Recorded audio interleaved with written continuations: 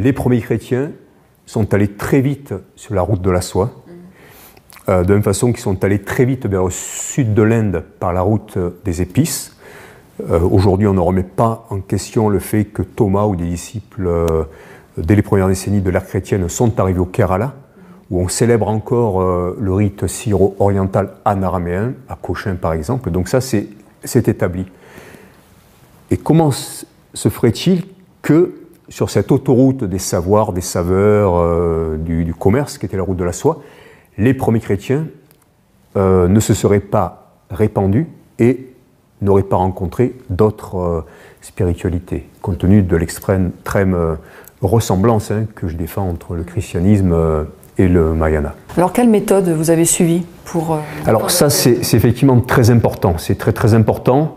Aujourd'hui, on est toujours plus dans la recherche universitaire, dans l'hyperspécialisation, et ça, c'est une grande erreur, parce que l'être humain est complexe, dans le sens d'Edgar Morin, qui d'ailleurs soutient mes recherches.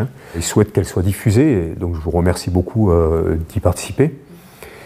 Alors, tout d'abord, la preuve irréfutable de la rencontre du monde grec hellénisé, depuis Alexandre, on va dire de cette partie de l'Orient, et du monde indien, c'est l'art gréco-bouddhiste, ou art du Gandhara, avec tous les bodhisattvas qui apparaissent à ce moment-là, Maitreya, Avalokiteshvara, la sagesse suprême un peu plus tard, au cours des siècles. Amitabha aussi, peut-être?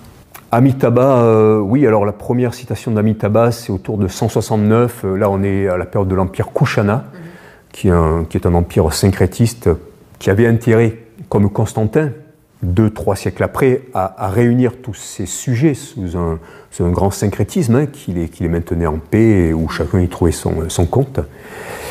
Et voilà, donc vraiment il y a cet élément effectivement de l'art gréco-bouddhiste.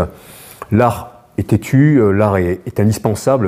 Il ne faut pas oublier que le Bouddha lui-même, la première fois qu'il aurait ressenti l'appel, la nostalgie des origines, comme dirait Mircea Eliade, c'est en entendant une femme jouer de la tempura en chantant dans le palais de son père, qui cherchait à lui masquer la douleur du monde.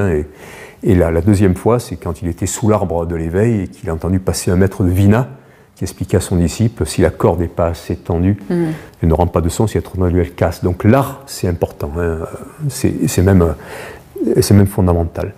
Donc il y a l'iconographie, il y a l'archéologie, avec des monastères, je pense au monastère de Tapakalan, où a été retrouvée la tête qu'on peut peut-être remontrer. Voilà. Alors, cette tête, je suis tombé dessus en 2010, elle est au musée Guimet, pas très loin d'ici, à Paris. Elle est considérée comme une tête d'ascète barbu. C'est comme ça qu'elle est décrite. Et c'est la seule tête ayant cette apparence au milieu de très nombreuses têtes de Bouddha. Alors, Tapakalan, c'est le Gandhara, là on est, je crois, au Pakistan, non, en Afghanistan. C'est Hada, un site qui a été fouillé au début du XXe siècle.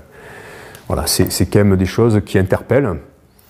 La linguistique est très importante, l'étymologie, il faut retourner au texte et à la source.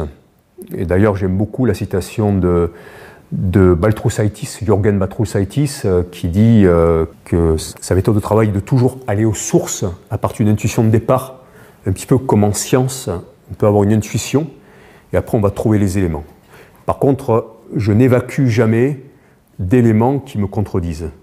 À ce moment-là, je suspends sur certains petits points mon jugement, mais je ne les refoule pas. C'est très important de ne pas refouler les choses. Oui, ça apparaît clairement quand même au fil de votre ouvrage que vous explorez différentes pistes. Et quand on ne peut pas aller jusqu'au bout, vous dites on ne peut pas aller jusqu'au bout et voilà. Oui, même parfois il y a des coïncidences troublantes au niveau des termes, mais c'est comme, vous savez, c'est Hérodote qui parlait de l'histoire. L'histoire, ça veut dire enquête en grec. Bon. C'est comme quand on enquête sur un délit. Dans l'occurrence, pour moi, c'est un très beau délit parce que c'est magnifique cette rencontre et c'est aussi de ça que je veux témoigner. Parfois, il y a des coïncidences troublantes, mais le coupable, entre guillemets, c'est pas du tout celui que certains faits accusent. Il faut être très prudent. Voilà.